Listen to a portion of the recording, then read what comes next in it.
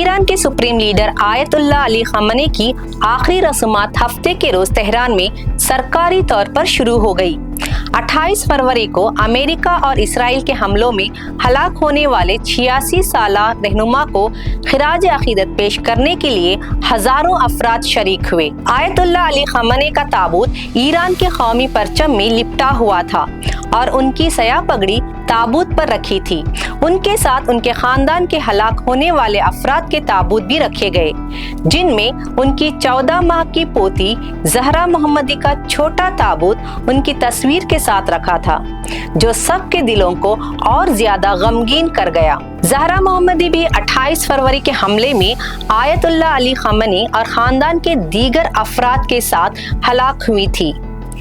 जुम्मा के रोज ईरान के आला हुक्काम ने आखिरी रसूमात में शिरकत की।